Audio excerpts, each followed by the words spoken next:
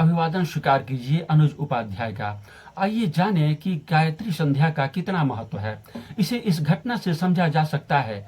एक बार पुष्टि मार्ग के प्रवर्तक श्री वल्लभाचार्य जी दक्षिण भारत भ्रमण के दौरान कहीं पर भागवत कथा पारायण कर रहे थे।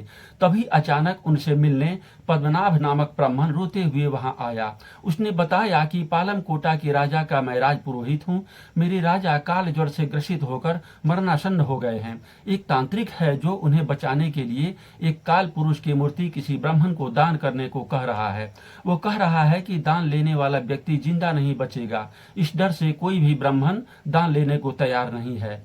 आप परम वैष्णव हैं, आप ही दान ले लीजिए और राजा की जान बचा लीजिए। श्री वल्लभाचार्य को ब्राह्मण पर दया आ गई।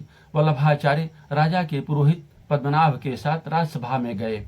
वहां उनका स्वागत सत्कार हुआ।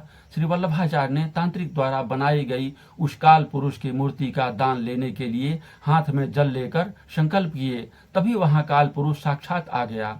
उस काल पुरुष ने वल्लभाचार्य को अपनी एक उंगली दिखाई। तब संत वल्लभाचार्य ने काल पुरुष के सामने अपनी 3 उंगली ऊंची करके दिखाई।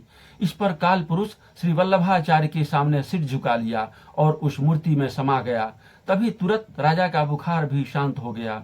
श्री वल्लभाचार्य ने आज्ञा दी कि इस मूर्ति को टुकड़े टुकड़े करके उपस्थित ब्राह्मणों में बांट दिया जाए, क्योंकि मैं दान नहीं लेता। काल पुरुष की एक उंगली दिखाने का अर्थ था कि हे ब्राह्मण, अगर आप एक काल की संध्या करते हो तभी ये दान आप स्वीकार कर सकते हैं, नहीं तो मैं आपका काल बनकर मृत्यु दंड दूंगा। इस पर संत वल्लभाचार्य ने 3 उंगली दिखाकर ये इशारा किया कि मैं तीनों काल की संध्या रोज करता हूँ।